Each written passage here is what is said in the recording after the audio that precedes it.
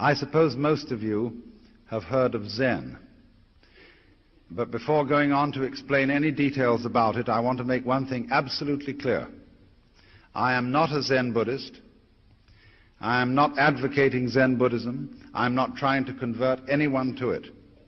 I have nothing to sell. I'm an entertainer. That is to say, in the same sense that when you go to a concert and you listen to someone play Mozart, he has nothing to sell except the sound of the music. He doesn't want to convert you to anything. He doesn't want you to join an organization in favor of Mozart's music as opposed to, say, Beethoven's. And I approach you in the same spirit as a musician with his piano or a violinist with his violin. I just want you to enjoy a point of view which I enjoy.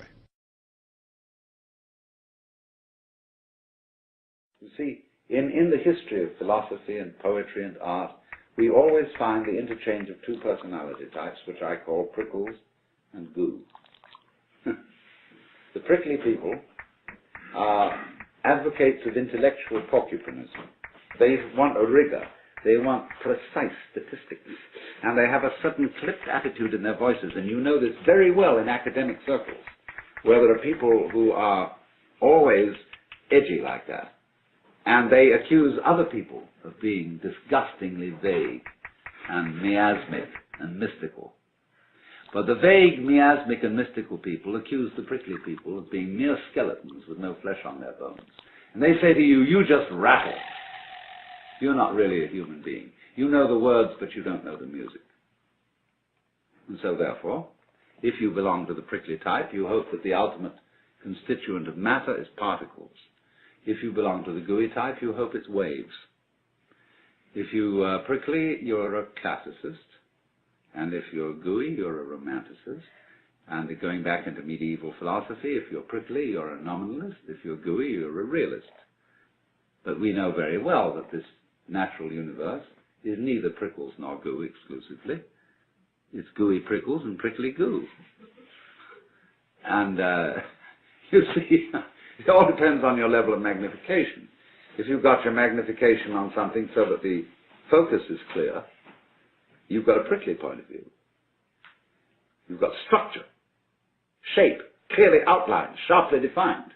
A little out of focus is going to go bleh, and you've got goo. But we're always playing with the two.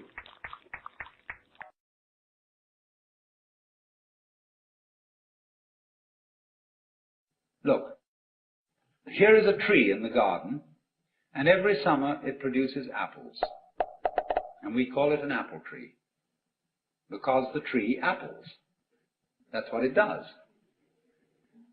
Now here is a solar system inside a galaxy, and one of the peculiarities of this solar system is that at least on the planet Earth, the thing peoples. In just the same way that an apple tree apples. Now maybe 2 million years ago, somebody came from another galaxy in a flying saucer and had a look at this solar system, and they looked it over and shrugged their shoulders and said, just a bunch of rocks. And they went away. Later on, maybe 2 million years later, they came around and they looked at it again. And they said, excuse me, we thought it was a bunch of rocks, but it's peopling. And it's alive. After all, it has done something intelligent. Because you see, we grow out of this world in exactly the same way that the apples grow on the apple tree. If evolution means anything, it means that. But you see, we curiously twist it. We say, well, first of all, in the beginning, there was nothing but gas and rock. And then intelligence happened to arise in it, you know, like a sort of fungus or slime on the top of the whole thing. But we're thinking in a way, you see, that disconnects the intelligence from the rocks. Where there are rocks, watch out. Watch out, because the rocks are going eventually to come alive.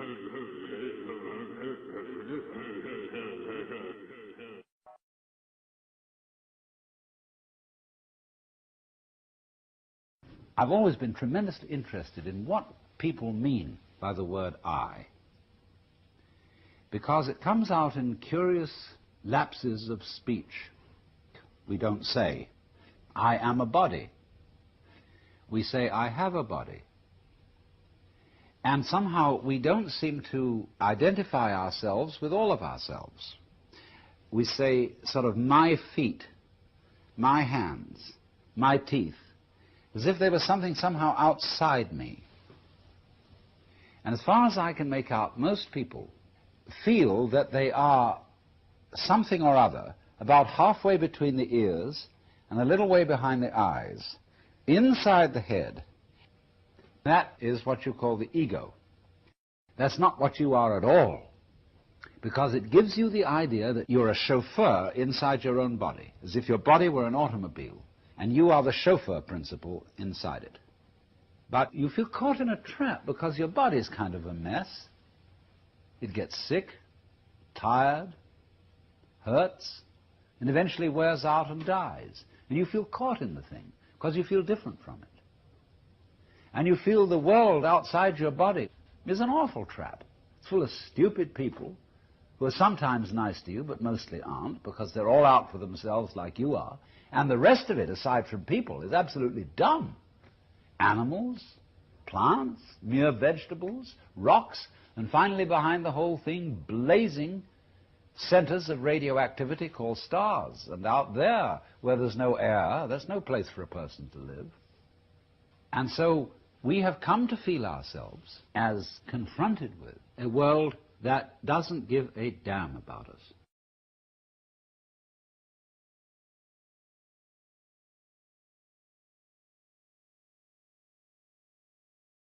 In music, one doesn't make the end of a composition the point of the composition.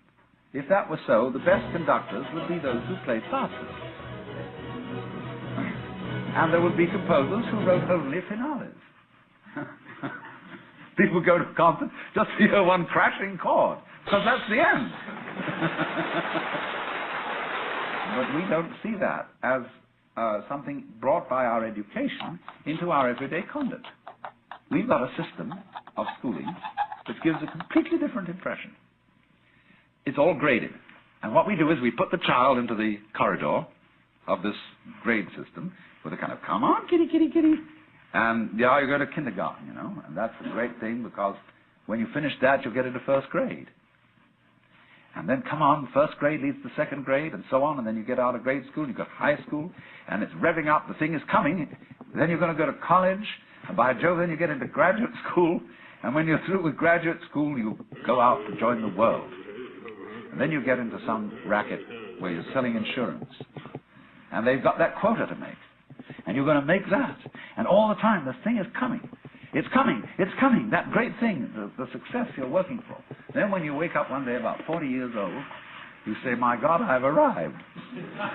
I'm there. And you don't feel very different from what you always felt. And there's a slight letdown because you feel there's a hoax. And there was a hoax, a dreadful hoax. They made you miss everything. We thought of life by analogy with a journey, with a pilgrimage, which had a serious purpose at the end, and the thing was to get to that end, success or whatever it is, or maybe heaven after you're dead. But we missed the point the whole way along. It was a musical thing, and you were supposed to sing or to dance while the music was being played.